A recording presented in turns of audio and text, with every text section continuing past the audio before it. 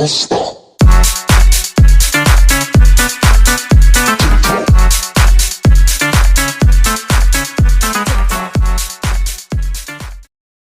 Quel est le nom de cette association?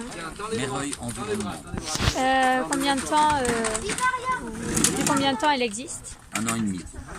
Vous êtes du coup le président de cette association, donc c'est vous qui l'avez fondée, créée? Oui, mais avec 6 personnes, dont 2 conseillères municipales de Mereuil, ce qui facilite énormément la collaboration avec la mairie, les services techniques pour les ramassages, la communication, tout ce qu'on fait apparaît sur le site de la mairie, sur la page Facebook de la mairie.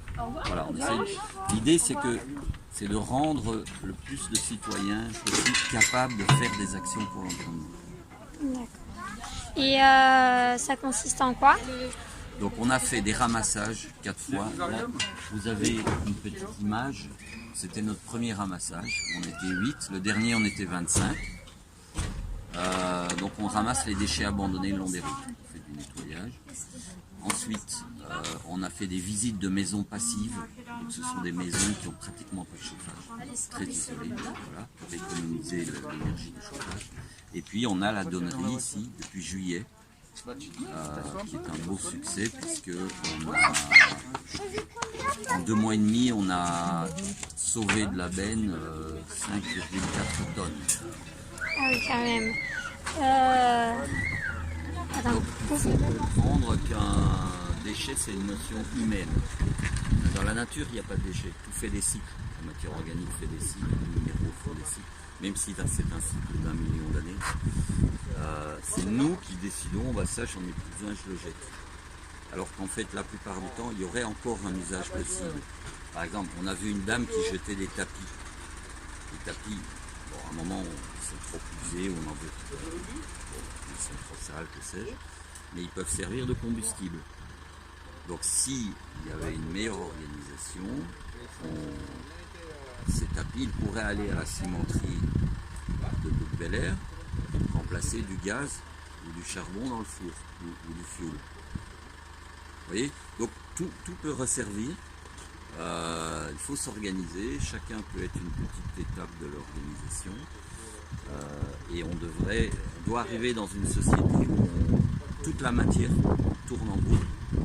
Il faudra toujours un peu de nouvelle matière parce qu'on n'arrive jamais à recycler 100%, mais si on arrive à recycler 90%, on aura économiser énormément de ressources et on en aura laissé pour les suivants, les générations suivantes, la vôtre et puis celle d'après.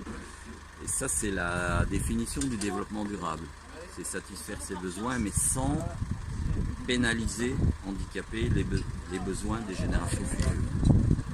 Voilà. C'est un message en montrant tout ce que vous faites du coup. Alors oui, donc tout est possible, voilà, il faut s'organiser, discuter.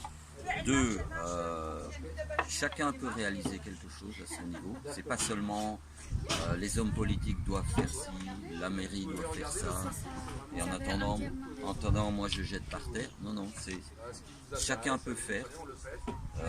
Et troisièmement, moi j'encourage chacun à agir. Par exemple ici nous cherchons des bénévoles, mais je suis sûr que dans votre commune, dans votre cité, il y a d'autres personnes de bonne volonté.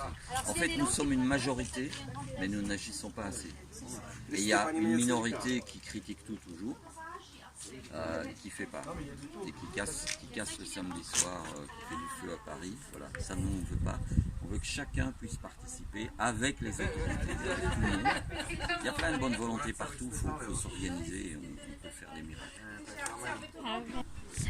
En 3 mots, pour vous, qu'est-ce que c'est que la donnerie? Alors donner, pour moi la donnerie c'est un endroit où on va donner et sans compter, surtout.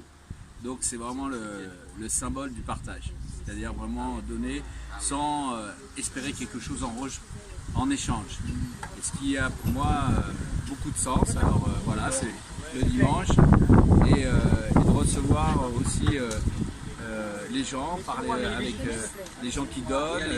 Souvent ils sont étonnés qu'on leur dise vous pouvez prendre ce que vous voulez. Donc on voit des sourires, on voit plein de choses. Donc voilà, la donnerie en 3 mots, c'est partager sans compter. 3 mots. Voilà. Est-ce que vous venez souvent ici ou vous venez découvrir? C'est la première fois. D'accord. Et qu'est-ce que vous en pensez de tout ça? Je pense que c'est formidable parce qu'on achète beaucoup trop et on ne partage pas assez et on n'y pense jamais à ces initiatives-là. C'est génial, il faut faire ça de partout. Vous comptez revenir? Absolument. Ah, ben... Même quand moi je veux me débarrasser d'objets que j'utilise plus, je n'ai qu'à le déposer là pour que les autres puissent s'en servir. Et vous vous sentez concerné par ce qui se passe en ce moment au niveau de l'environnement, tout ça? Parce que tout le monde est concerné. D'accord. Ben, merci beaucoup. Merci. Bonjour à tous, je suis Gülseren Gomez, chanteuse, formatrice, éducatrice en développement personnel. Je viens de m'installer à Meyreuil. Je suis la gagnante de l'Eurovision 2005.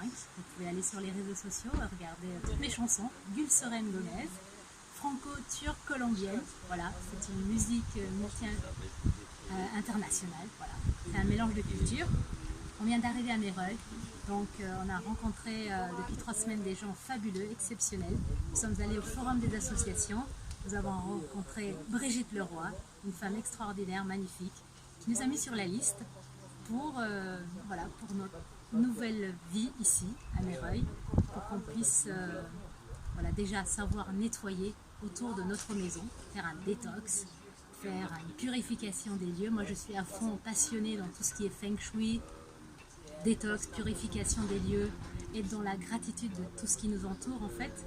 Et je suis là bénévolement pour donner un coup de main, pour pouvoir m'adapter au mieux dans cette nouvelle ville qui m'accueille, les bras ouverts. Je rencontre des gens fabuleux. Voilà, je donne un petit coup de main. Et en fait, donner c'est recevoir, recevoir c'est donner, c'est être dans la gratitude de tout ce qui nous entoure.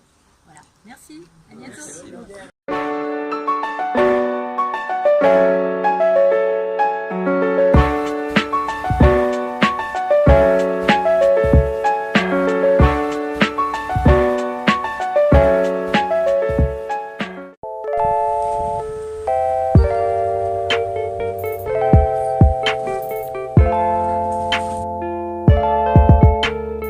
Merci de nous avoir écoutés, likez, Commentez. abonnez.